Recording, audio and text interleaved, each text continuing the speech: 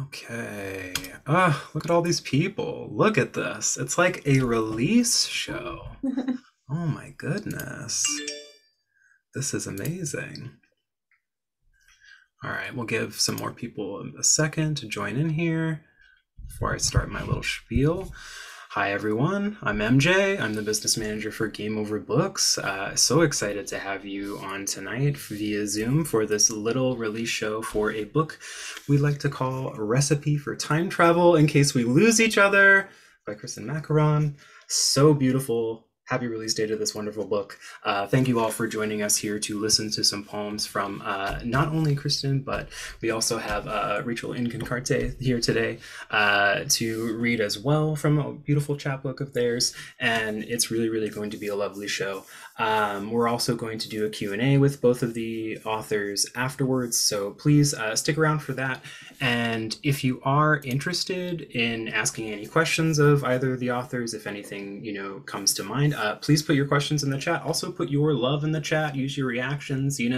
If you're liking what you're hearing, let everybody know. And other than that, I don't want to take up too much time, so I want to get right into our poets this evening. So without further ado, I'm going to introduce our opening reader tonight, which is Rachael in Consorte's writing, has been nominated for the Pushcart Prize and Best of the Net, and appears printed and online in Poetry Northwest, Spillway, Normal School, and others. Their chapbook of desert-inspired poetry, What Kind of Seed Made You, was published with Finishing Line Press in November 2021. Currently, they live in California with family. So without further ado, I'm going to turn it over to Rachael. Thank you so much. And congratulations, Kristian. Wonderful to be here. And thank you for hosting. Thank you to MJ. Just so excited to be here and support Kristian in her new book and her launch. So I'm going to be reading a few poems from a book that came out last year, just at the end of last year, called What Kind of Seed Made You, which I wrote with a lot of support from Kristian. So feels like a very full circle process to be here. So I'm going to start with the title poem, the book got its title from this poem called On Visiting Joshua Tree While Two Simultaneous Brush Fires Burn in Thermal California. There are things in this world which only grow by luck, by rare rainfall, by pollen tacked to the wings of white moths. In the high desert, I imagined anything surviving must be hardy, but not all of us are made as oaks. Some of us are born Joshua trees, a tangle of time spent bending to the will of wind, proving up and ever reaching. Consider though, 200 years to grow and only 20 minutes to burn down, no matter what kind of seed made you. So that was the first one. As you might have guessed from the title of the book, I spend a lot of time thinking about gardening and seeds. And as you may hear in the back, eventually, one or both of my children, I also spend a lot of time paralleling gardening and parenting. So this next poem is called Thorns, and it's got 4 parts. So I'll start that now. Thorns. 1. All over the house, I find goathead thorns, thistles that sting, and with every step I learn to be more cautious than the last. They're carried in on the rubber soles of our shoes or between our toes, picked around the neighborhood with bits of black chisme, besos served like backhanded compliments. Whose husband and hijos did what, and what kind of mother? I envy the things I knew before my first was even a seed inside my belly. And when my children burst into bloom, we pick this home the way a hermit crab chooses a larger shell, because it is more, because there is need. 2. Each child is a different latitude and longitude. I have a sand child and a snow child, a wild child and a worried child. My children are honey and rose. They have thorny tongues and claws too, both thrashed in my belly like fish before they tasted their beginning breaths. The first came to me in a dream. I waited for the second, as sand passes through the throat of an hourglass. One I raised beneath a white sky. I filled the furnace with wood from a cord, made the pyre, lit the match myself to keep his toes warm. The other cuts her teeth on dust, whipping through the mountains. The Santa Ana winds blow her hair into curls that do not come from my blood. Both will see the sunrise in the morning under my care. Who are these creatures made of such dissimilar stuff? A little bit mine and a little more all their own. 3. Once I lived in a 100-year home beside ghosts in the cold north. The land needed nothing from me to bloom. Here, I can't get the lawn to do anything more than yellow and die. All I grow are weeds and thorns, so many thorns. They are carried inside to fill the cracks in the tile. My son asks for the bigger room when we move, and I tell him we won't go. He says, all right, but next time. I wonder if I have broken his compass, warped his true north, so that he will never believe in any place he can call home. My daughter is not even 2, has had at least as many homes. 3, if you count the cozy room of her birth. 4. Neither of my thumbs are green, so how will I sow these babies, raise them from seed? I know there are 5 plants a thing needs: water, sunlight, soil, air, and space. But when is the right time to harvest a child? What kind of mother? I don't know how to grow anything with effort that won't one day wither and become thorns. Okay, so those are the 2 that I'm going to read from that book. And I've got another couple that are shorter that I'd like to read from another collection that I'm working on. So they share a lot of the same themes, as you will probably hear. This one is called Ornament and is based on a true story. Okay. Content warning for blood and some animal harm. So cover your ears, and I won't be offended if that's not your thing. Okay, Ornament. Remember the goat strung up the mesquite, our neighbors in the front yard, flaying the carcass, butterflied legs and belly split, tree roots bathed in blood. I sometimes wonder how much of the body my children recall. The color of raw meat in their memory Christmas, bulbs blinking light into open eyes. There are many ways to celebrate seems the best way to explain the strips of skin hung like ornaments and snow white gleam of bone. A smell of iron and lick of flame. How different really is a spit from an oven or a pot from a roast when we are all burning. Okay. And I think the last one that I will read today is a poem called Desert Dogs, which I wrote about my dog, Aslan, who is sadly no longer with us, but with us in spirit. Okay. Desert dogs. The neighborhood dogs are barking, and no one thinks to quiet them. This is the West, where everything is at least half wild. Maybe it's the coyotes that descend from the mountains to prowl, encouraging their madness. The dogs carve troughs through the sand, arroyos in miniature, which they flood with urine. Behind this old walls, you can hear relentless panting, their breaths burnt, a small dust storm in every yard. You cannot walk this block a stranger. Outside, our Bichon circles the garden, cloaks himself in desert dust, tries to become unrecognizable. But we know him when he waits by his dish to be fed supper. The way our dog paces, how hard he pulls at the leash sometimes. It's hard to believe he dreams of running when he is curled between my knees for warmth. But isn't that what all hearts want? To revel beneath the bright sun, howl into the moon's pocked face and return to find there is a soft bed waiting. Wow, thank you so much, Rachel. That was really wonderful.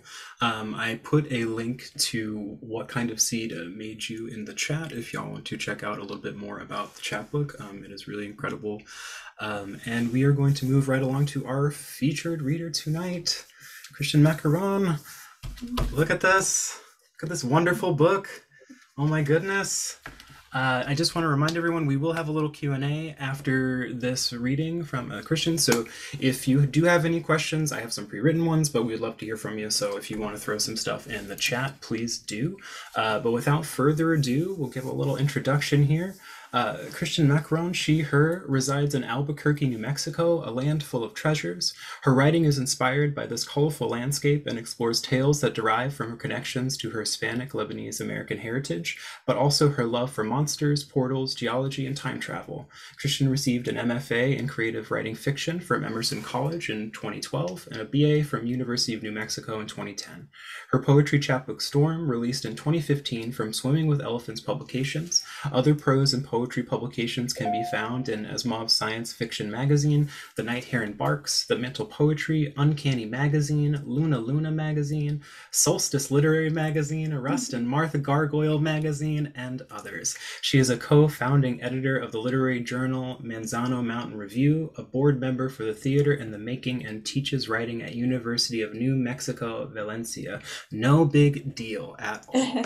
View her work and updates at kristianmacaron.com. All right, folks, please give a warm welcome. Thank you so much, Kristian. Hi, everybody. Thank you so much for being at this event, at this reading. It means so much to me, and I'm just overjoyed to see all of my wonderful friends. So thank you.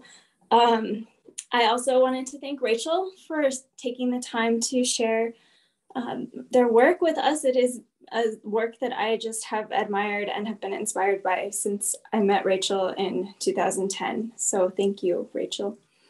And I also want to thank Game Over Books, the team there, Josh, MJ, Kaylee, Jill, Caitlin, and Mar for creating this, my poems into this incredible little book that I can share now with everybody.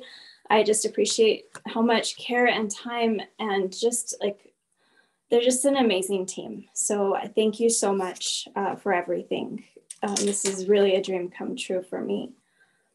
And then I also wanted to thank my friends Sarah, Dan, and Rachael again for reading or for reading the book and writing these blurbs for me. I'm humbled by your words, and thank you so much for everything. And then to my audience and my family, my friends, like, thank you for being here. You all have impacted me so much, and I hope that you know that. And I know that I'm blessed with such a community that makes me feel valued and loved and supported. And it makes me want to give back and be better. And I'm so inspired by you. So that was my speech. Now I'm going to read. I'm going to start with the title poem of the book, I think, so we can start this time travel stuff off right. This poem, Recipe for Time Travel in Case We Lose Each Other, is the title poem of the book. It is one of my favorite poems.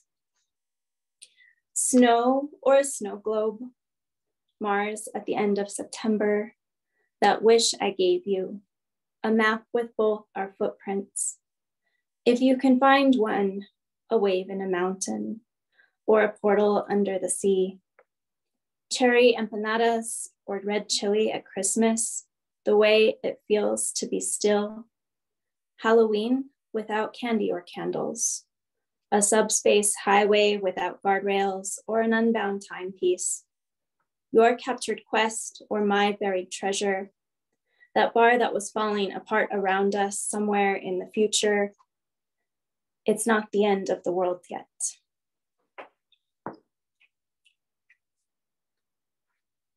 And the next one I want to read is titled Pulse. And I wrote this poem for my dad, but I wanted to read it also in memory of my grandfather. Pulse,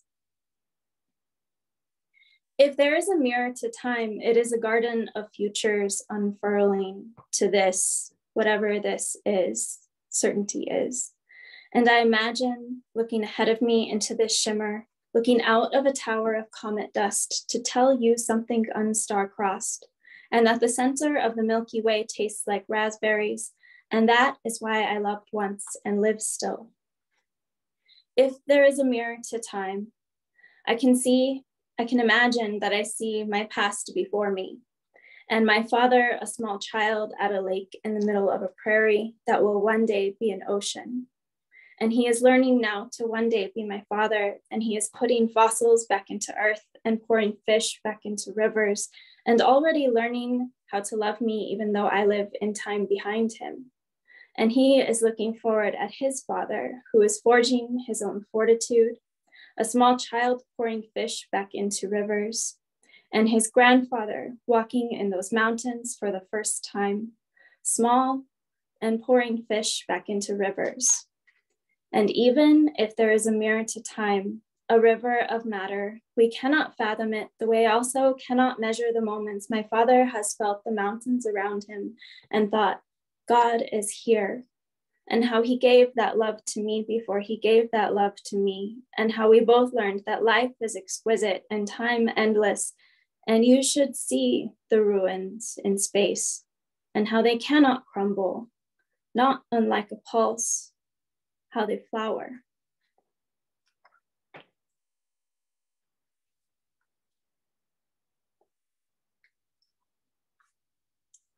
So, thank you. This poem is titled Firespell, and it is, so I like this poem. I wrote it because I was at a reading one time and I read the poem Wanderer, which I'll read a little bit later. And somebody in the audience came up after me and said that he wanted to teach me about fire opals and how they were made. And so he spent like a whole 10 minutes standing there explaining to me about how like the inside of a volcano creates the jewel of an opal. And I love opals. And so this poem came out of that conversation, which I think a lot of my poems come out of just conversations with my friends and people that just randomly know some really cool things. A fire opal is the rarest, most delicate stone a volcano can create, a stranger tells me, because he knows I've set myself on fire. Because he knows we are not used to scouring deep in stones for flame, catastrophe cold and heavy, blooming as petals with cries of crack and spark. Opals were once always a fragile furnace, inside each one a clenched galaxy of glow. He holds his hands gripped so they are molded, crushing nothing. I watch him wring his palms, mesmeric, blood coiled, like he knows he's handing me magic. And he is. I have a fire opal, unraveling supernova microspheres in earthly veins, water and silica soft and claimed by heat so quickly they burst into jewels, because they cannot be set on fire, but they can be held by mountains. So many years before, I begged for an opal, and as she pressed one into my hand, Grandma told me that I will never have luck if I choose this as my talisman. I tell her it is treasure, and she smiled. When the stranger says, I want you to have the spell that made it, I remember the feel of my breath leaving the cavern of my body, like I remember the glow of certain stars and eyes and campfires, taillights on dark highways, the weight of absence, a spell, the spell of a name, a vessel of fissures, so full of scars and gem-etched arteries awaiting emergence.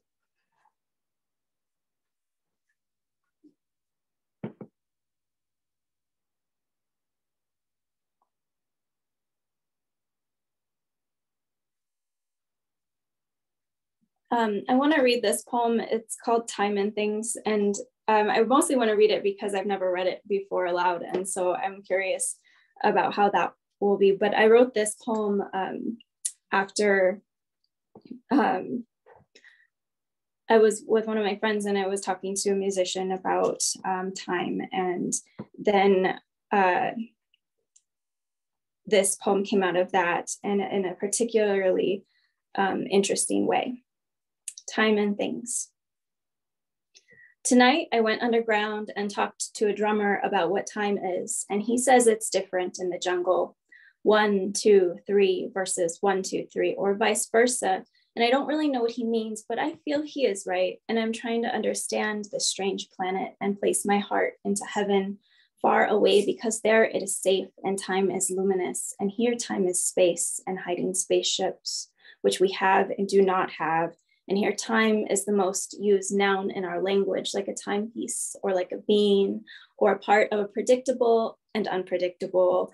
Like, is it mistaking the thing for someone you love, or is it mistaking someone you love for the thing? How do we know in time, and how do we fathom our insides when core cradles fragile fear and roaring courage? Is there a difference really? And are there molecules or bees in physics? Past and future do not exist, but crumble, all breaks loose magnitudes. He says time is different in the jungle, and we are never prepared for the tsunami 1, 2, 3 versus 1, 2, 3, or the so many ways of burning or freezing or burying. And how do you recognize a heart that asks you for freedom, or is it time? Tell me, can you feel really what is clawing out of your chest? Is Antarctica a place or a plane or a frenzy?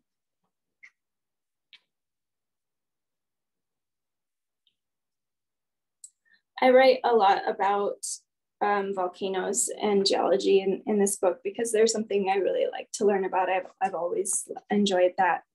I think it's important for me to realize that, or to recognize that there is a lot of destruction that comes from disasters like that, and it affects so many people. But I wrote this poem sort of after Kilauea erupted because the Kilauea was all over the news, but at the same time, this volcano in Guatemala was erupting for like the upteenth time, and covering and destroying homes and farmlands. And so it was something that I was thinking about then, about how, what we see in the news and how we respond to it, and, where our attention goes. So this poem is called Elegy. Ash falls like snow, like summer never came here. Every volcano has a death toll, no matter how quiet their body. While Kilauea erupted in calamitous splendor, we were all in awe of her and what she took. But when Fuego spilled violence over hundreds for the 100th time, there was no news. There were none of us breaking into farmlands to scour for green glass or lava flows to remember how mighty Earth is. And we forget that we ignore things until they are beautiful. In the park near my house, there's a pile of rubble we call a mountain. And from there, we watch the volcanoes on the horizon. We talk about what it looked like once in the sunset when they were alive and spilling out a mesa. They found a brain in the rubble of Pompeii, starry and black, a nebulous glass, which essentially and chemically could never be human again, now that it is reformed into earth. And I wonder how long in that furnace could a heart last?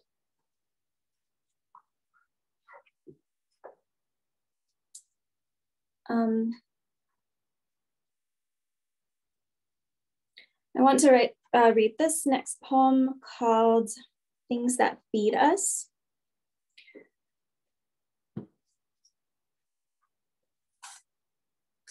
I want to write more about apples and the things that feed us, water or a good meal, greens, meat off a grill, tortillas on the stove, a dish that reminds me of my grandmother's tables. A communion needed prayer, camping, breakfast, s'mores under the stars or by a lake or by petroglyphs. A split green pomegranate ripe inside like rubies. My sister on vacation turning into a sunset, then her smile.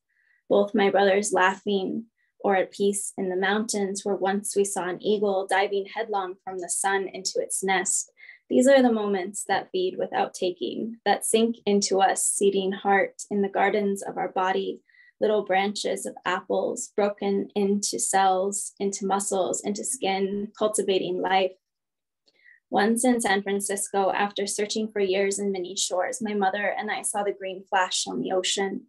I wasn't sure at first, and then I was so certain of that light happening so fast. These moments we find treasure that help us to give strength or love or voice where they are needed, that reshape us into light. And so I want to write about the Milky Way and things that feed us, the way my father's eyes shine when he tells a story, a meteor shower, stopping on the way to help a stranger, my dog running as fast as he can, a perfect tomato from the wilderness of my mother's garden.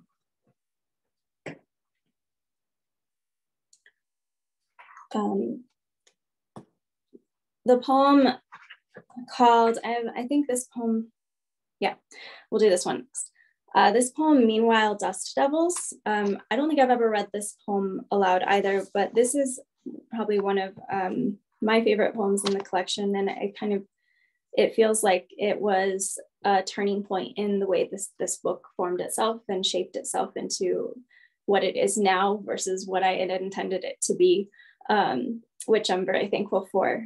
So this poem, Meanwhile, Dust Devils, I wrote after being with my Aunt Kathy in Iceland, and we learned about the way the moss grows over the lava fields. And then after like million years or however much time, the moss creates a mulch that grows into prairie, and then the prairie is a place where then flowers can grow and trees.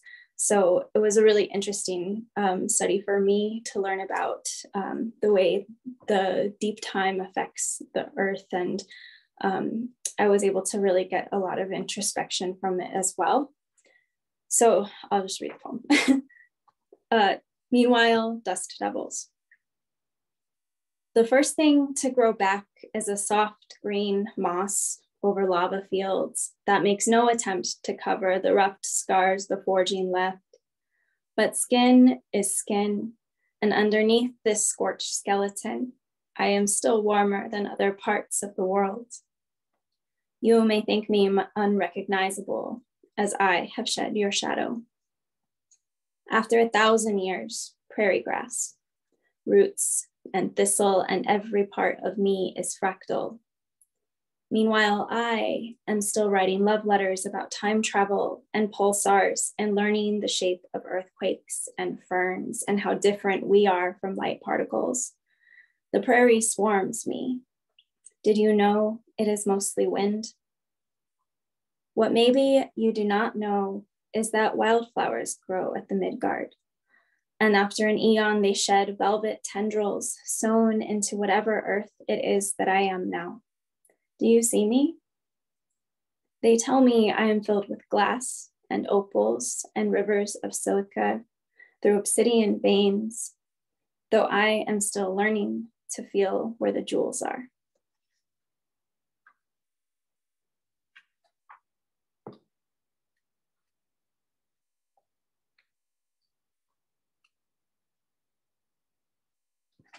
So the next poem I want to read is one of my favorite paintings, is the Van Gogh's Mountains at Saint Remy.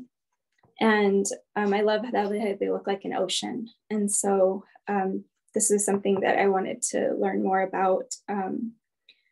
And it turns out that was intentional. So I want to swim into Van Gogh's mountains. The volcanists and Neptunists fought for centuries about the interior of Earth and whose site could claim creation, some swirling of fire, of water sculpting soil, never imagining the Earth was breathing both into cordillera spines and fractal greens. I would argue both were wrong, that Van Gogh was the one who got it right, that creation is beyond fire or water, because I find myself at the edge of an Earth on a threshold so fierce and full, and what swirls is a maelstrom of rock and footsteps, a furthering, a deep, deep deepening of everything, fossils and floods, gems and fur, teeth, hunger, howl and snarl, heart, eyes, cavern, cliff, echo, swallow, let me fall into your clamber of waves, your blue and colorless turbulence, quiet voids, broken twigs. I will find a heart in this ocean, though I will not be able to breathe.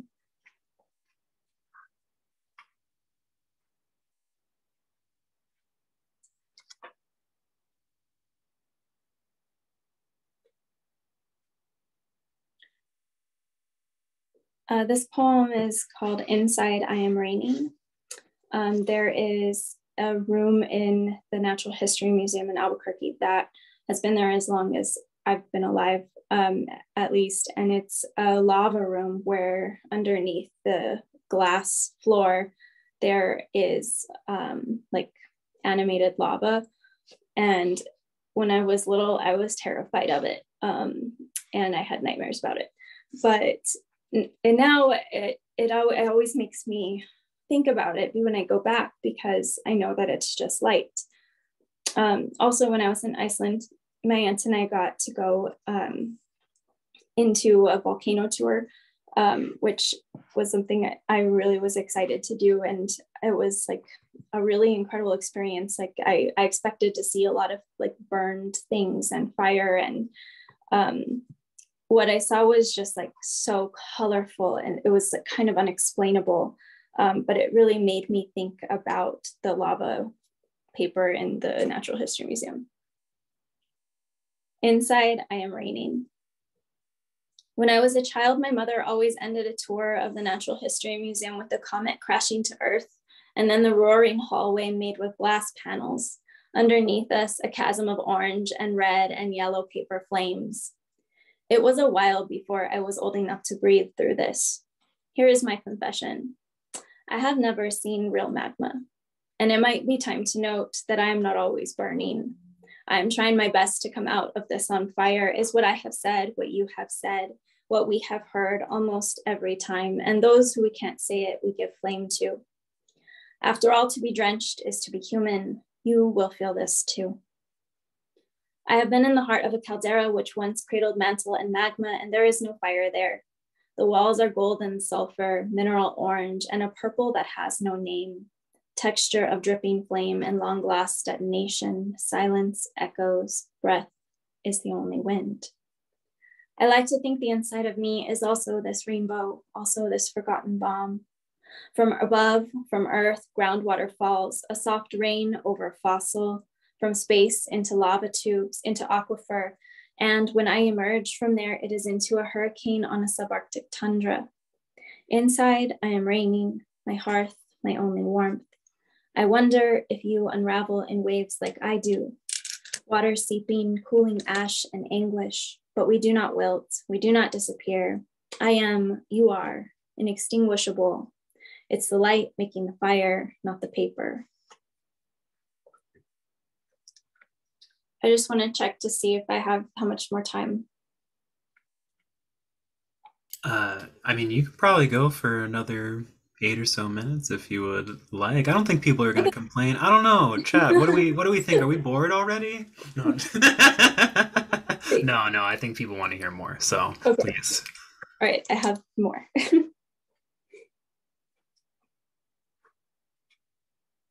Okay, so I want to read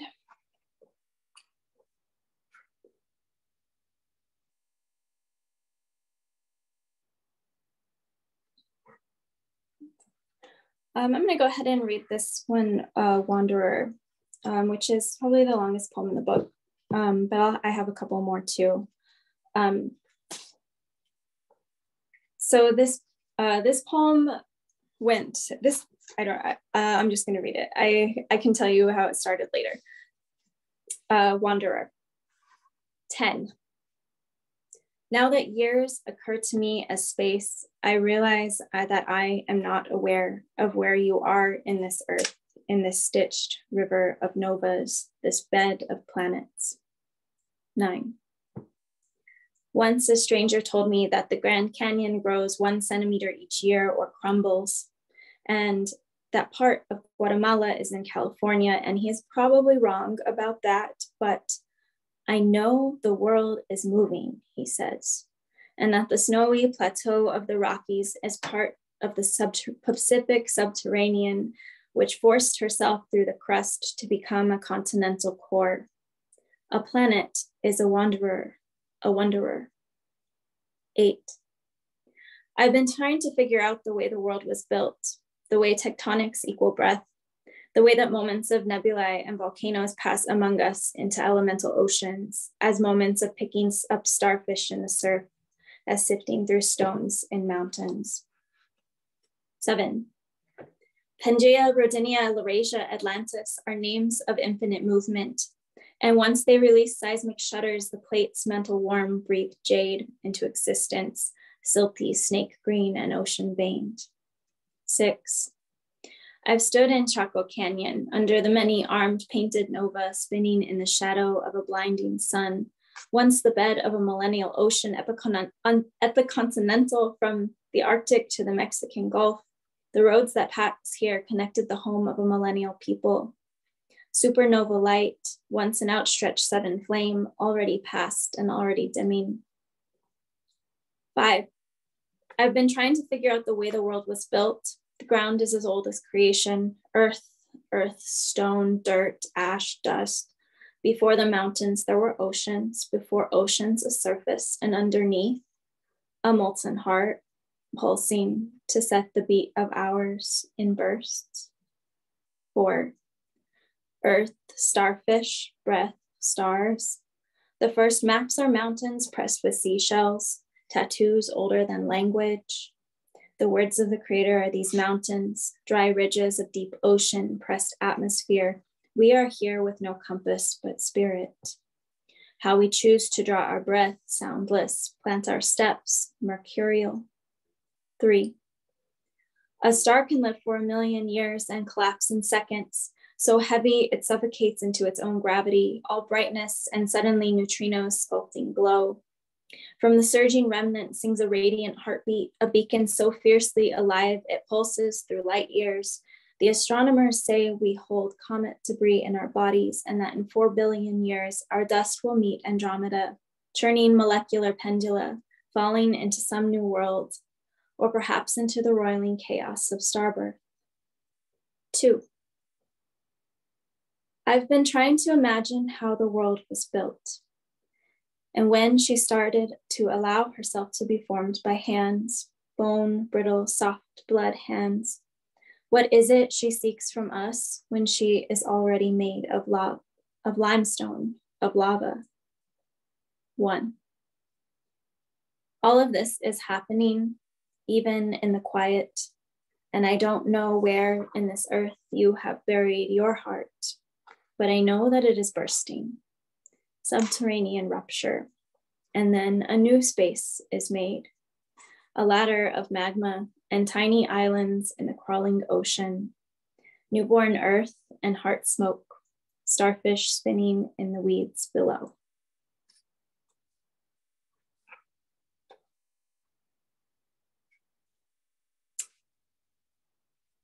I'm going to read this poem, Two Hearts, next.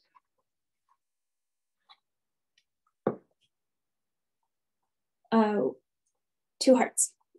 We learn very young that we carry two kinds of heart, the one that struggles with blood and the other we bury things in.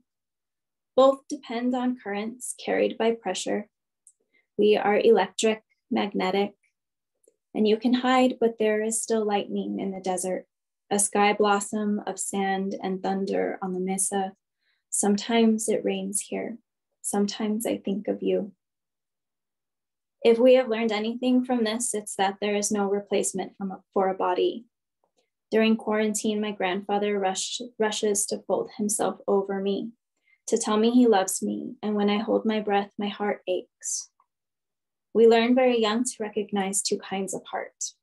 The one that struggles, we bury things in, and in the other, we build waterfalls and grow gardens. Sometimes you are too far away, sometimes too close.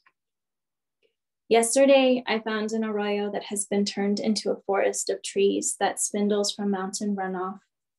And I am alone and maybe unreal here. And if we have learned anything from this, it's that there is no replacement for a body. In the forest where the wilderness replaces me, where where La Llorona echoes, my mother remembers playing with her friends and how they broke through backyards and grew up in the wild. You can hide, but there is still lightning in the desert. Sometimes it rains here, sometimes you are so far away.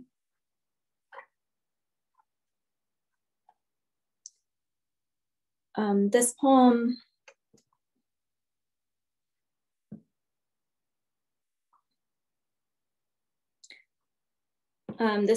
Quake, is the next one that I will read.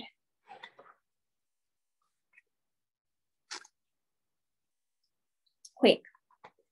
I breathed 3 times tonight that I noticed.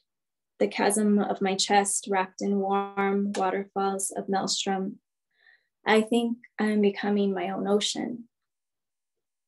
When I say I've been riding this between earthquakes, what I mean is between the quiver of your heartstrings, your voice coming to me through shocks and aftershocks. As your mantle shatters, so does my fortitude. After all, you are fighting hundreds of miles of stone and magma to reach me. I know it's you, always. Always I hear you like a cracking timber, like calamity. The way I am attuned to your quake is not a form, but a frequency, and the Pangea of my body flowers a fault line of jade and ruby, tears and tears.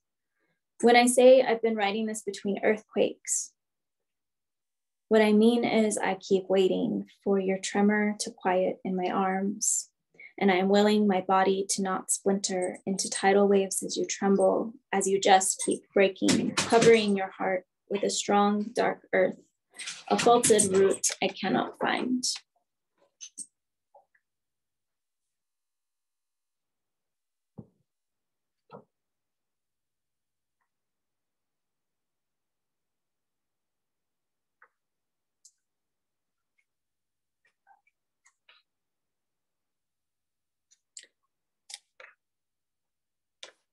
This poem is titled Burning Was the Way She Breathed, and I wrote it after one of my favorite short stories titled The Fire in Your Sky by Ibiza Boy. There was once a girl who could turn into a fireball, and the way she breathed was the same way we do, until something deep within her cracked and she let all the air in, and she couldn't help that what came out was smoke. She couldn't help it. With every breath, she forged and fed some core, which ignited a glow inside of her. So bright, it had to break her skin. It had to.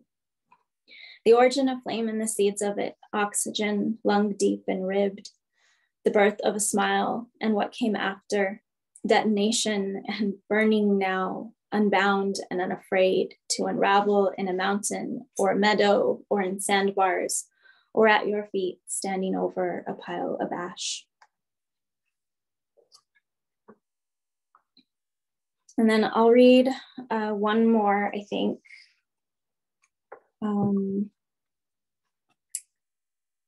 I'll read the poem Parts of a Body. This is the ending poem in the book.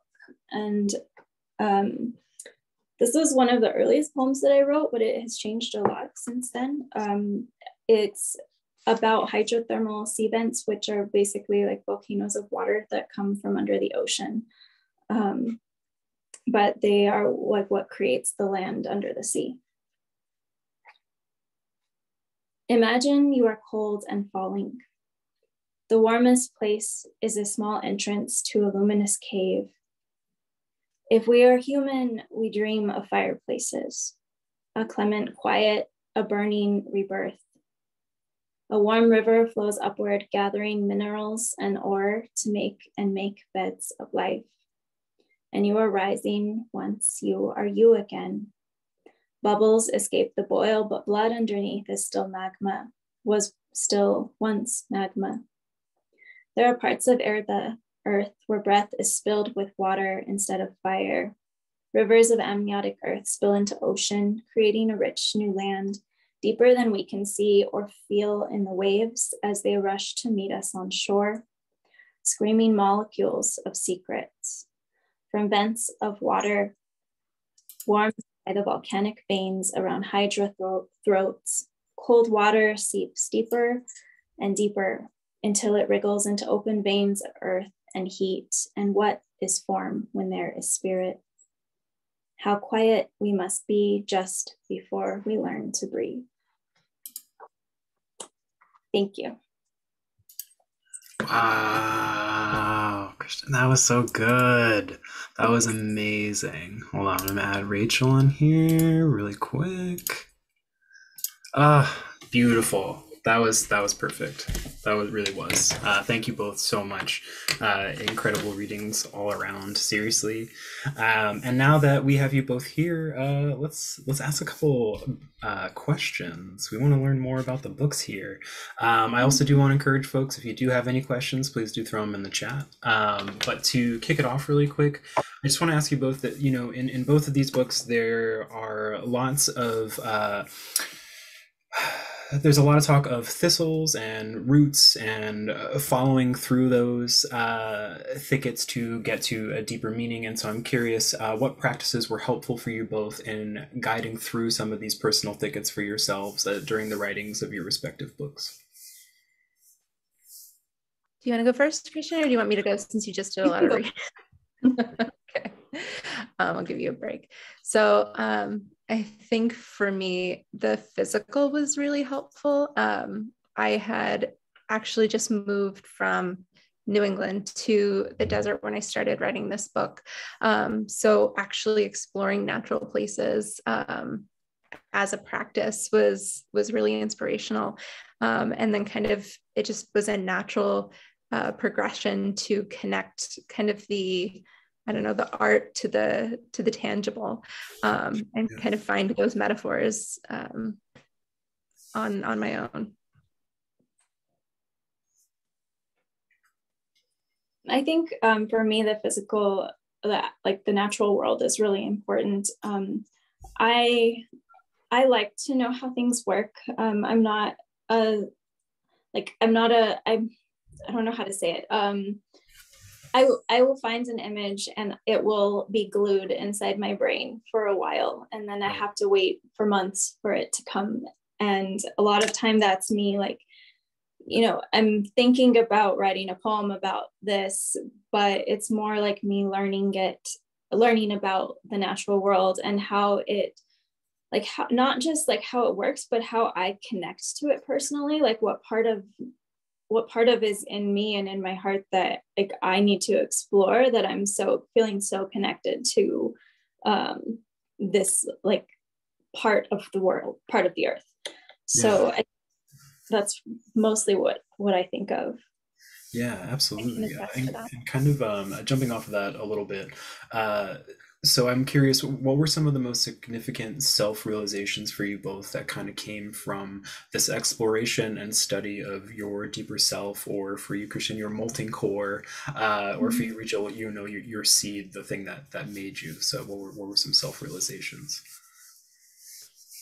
I think for me, resilience, and, you know, a lot of my learning, you know, that everybody thinks of the desert as a dead place, and, you know, discovering that that's just incorrect. There's so much life there. And even when, you know, you think you're down, for example, and, you know, you get back up and it's kind of like that metaphor of the desert, you know, that you think there's nothing there, but there's so much that's so deep in there. You know, there's always an oasis kind of thing, to kind of extend that metaphor. So, you know, that's kind of what that whole process was for me, is, you know, for me, you know, moving was a really hard experience. You know, moving was really tough, and I didn't expect to love it. I didn't expect to like it. I literally grew a garden for the first time in a place that, you know, is like 130 degrees sometimes. And, you know, people are like, what do you mean you grew things from this parched place? But, you know, kind of finding the seeds and letting that whole process kind of enliven you was really powerful for me, and really inspired that work. And that whole process. So amazing. For me, I think resilience is a lot of it too, but it's also, I think, I come back a lot to the image of like the jewel in the mountain in my work, and I think it's that realizing for myself that everything I do has impact, and that, you know, you can have a hard time and you can be going through things and you can still be a light for other people, and you can still like find that jewel within yourself and find it, help others to find their own. Like, I think that I think is the image of the heart and the image of, and then the interiors in my work. Like, that's something I really like to explore. So that's what I have. Yeah, no, that's wonderful. And then one more question for you both before I go into a few specific questions for Kristian. So I do want to ask, Rachael, you mentioned moving. You know, there's a lot. We all have difficulty with change, right? You know, the sort of destruction and rebirth. So like moving, for example, you're breaking down one place to create and give a rebirth to a new one, right? And so, and in the process of writing, there's a lot of destruction and rebirth with, you know, your editing of poems and words and such. And so I'm curious for you both, what tips do you have for artists or folks that are struggling to see the beauty in their own destruction and rebirth? Personally, I'm very fortunate to have Kristian and several other amazing writing, a really strong writing community. And I think having that sounding board, you know, when you feel so lost and tangled in kind of the weeds of your own work, having a community and having people to kind of help you see the gems, right? Like Kristian said, that are there that maybe you can't see it for yourself because you've just become so lost. And to see the value and to see the heart in the piece, even, you know, when it's kind of buried in there. I think that has been one of the most important things for me. In order to kind of keep going in moments where I'm like, this isn't working, this isn't any good. To kind of use that and be like, is there anything here? And then, you know, lovely Kristian will swoop in and say, don't toss it. So I feel incredibly grateful to have found that. So I would encourage anybody who's writing to find other writers, because it definitely does help. Yes, it does. I will echo that too. I can't imagine like what these poems would look like if I didn't have my writing group and friends like to help me outside of writing even. I think for my advice would just be for writers to find that, and also to just keep looking for the gems, and keep looking, like, and they might take a lot of time and it might be a lot of revision. But I think that it's also like a new beginning, and looking, like trying to like look beyond what we're feeling now. Like, it can be really hard, but it's also something that can inspire growth and nurture that for us. Yeah, absolutely. All right, so Kristian, specifically for you, so this lovely book right here, there's a lot of time travel in it, right? Yeah. And one poem in particular, and I'm so glad you read it because it is one of my favorites, Wanderer. So during that poem in particular, you kind of mix up this usual numbered poem format, right? I'm sure this is something that a lot of people have heard before. And you actually write backwards to a point in time rather than building to something forwards. And there's obviously a lot of other allusions to time travel in the book. And so I'm curious for you, what was it like to kind of write backwards through time, right, in your explorations of sort of like ancestry and genealogy and all sorts of stuff? Of course. So this poem is a true time travel piece. Not that I time traveled, but like I feel like it went through its own kind of time travels through the various drafts. It didn't start with this format, but it kind of emerged into it. And it began in California with where my family and I were in a rental car parking lot, and we met a man who was obsessed with plate tectonics.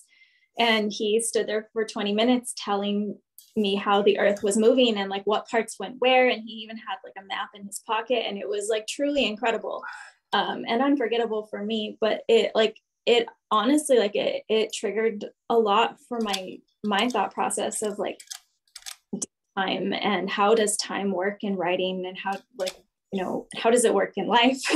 So it was an enormous poem to write, and it did start like backwards. I I learned a lot from thinking about it, like not thinking about the mountains or Chaco Canyon as I was seeing it now, but seeing it like as it was in, 1000 AD.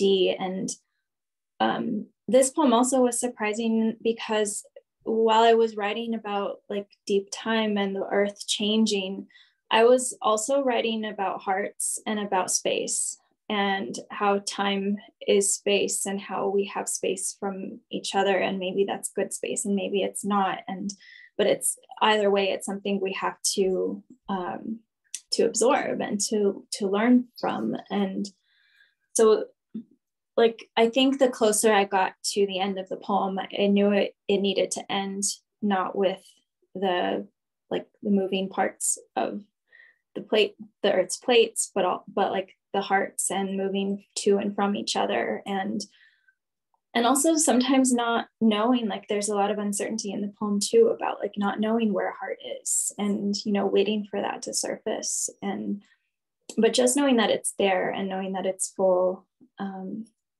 I think that is kind of where I wanted the poem to end, and it feels like not far away at all. Like it doesn't feel like deep time. It feels very, very close to me. Oh, that's a great, I love that. That's a great so in the book there are 3 sections or stages, however you would like to depict them. The soft green moss, the roots, the thistles, and the fractals, and the wildflowers grow. And so when I was reading the book, that kind of triggered for me, specifically thinking of like, oh, this is interesting. Moss is sometimes this sort of guiding thing, right? There's like the mythological, it always grows on the north side, which isn't false, but it can lead you to water, it can lead you to moisture, that sort of stuff. And then it's like, I don't know, I saw it as a sort of like one section is kind of building the guiding things that help you through the thicket to get through the wildflower clearing, sort of like that we get at the last section of the book. But I want you to more talk about why you sort of chose these 3 particular things as your sections of the book. Sure. So I love this poem. Like I said before, it took me a really long time to write it. And I kind of see it as the catharsis of the book itself. But it came from, so I have a couple of stories about the moss. The first one is that I think that MJ, you're right, that it does serve as a guide. And one memory I have of being in the mountains is being with my friend in the Sandias, east of Albuquerque. And we were just like maybe 10 minutes out of town, and he had wanted to go and look for some ancient acequias, like or like waterfalls. And we found one almost on accident. And it was like a little creek about maybe 5 or 6 inches wide, not very big at all, but it was water flowing down the mountain. And in the bed of the waterfall, there was moss the whole way. And we followed that for a while, and it didn't really get any bigger, but it was just kind of astounding that, there's such a little tiny river. It's the smallest little river I've ever seen.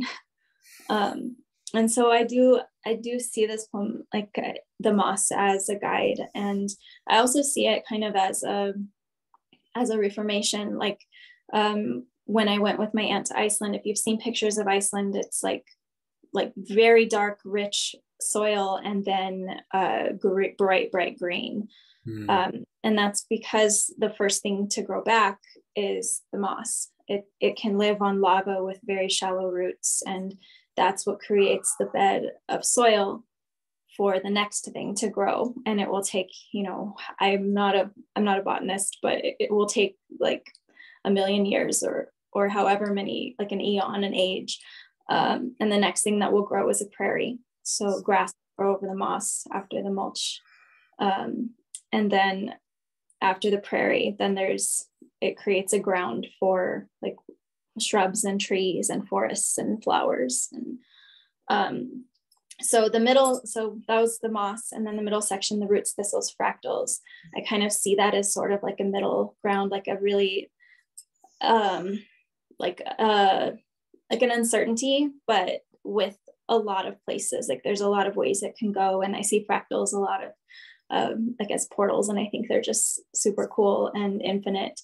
And then, you know, the last section, wildflowers grow, like I really like do see that there has to be growth. And I think that's a great, like, that's where I wanted to end it. So. Yeah, no, that's perfect. All right, so I'm going to end us tonight with one more question, and I will extend it to both of you. And so it is, what do you hope readers take away from your particular books in regards to duality, change, and our relationship to the greater world and community, the earth, and all such that exists?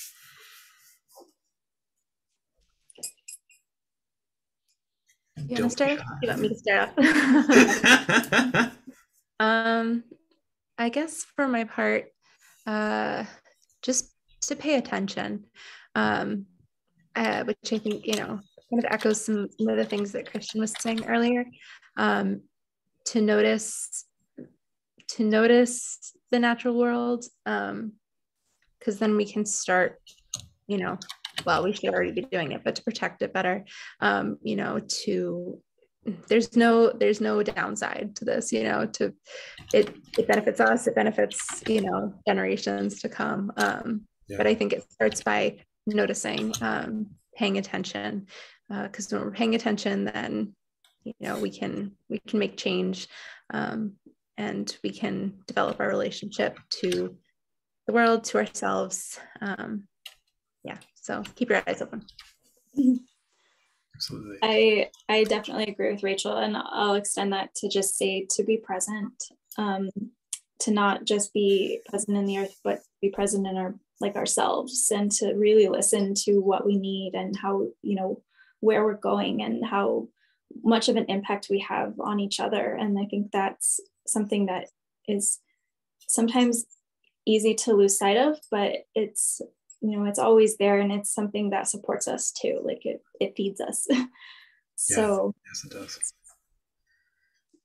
Perfect. No, that's amazing. Wow. Thank you both so much. This has been just such a lovely night. Seriously, it was an absolute pleasure to hear from both of you. Congratulations, Kristian, on this beautiful, beautiful book, A Recipe for Time Travel in Case We Lose Each Other. I will drop the link in the chat in case you have not already checked out this great book. It is available now on gameoverbooks.com. And just thank you, everybody in the audience, so much. We really, really appreciate it. You could be anywhere in the world tonight, and you are here on Zoom listening to some poetry and supporting working artists, and that really, really means a lot to us. So thank you. This was recorded, so we will put this online at a later date once the recording is ready. And yeah, other than that, have a great night. Enjoy, rest well, Thank you. and be well. Have a good night.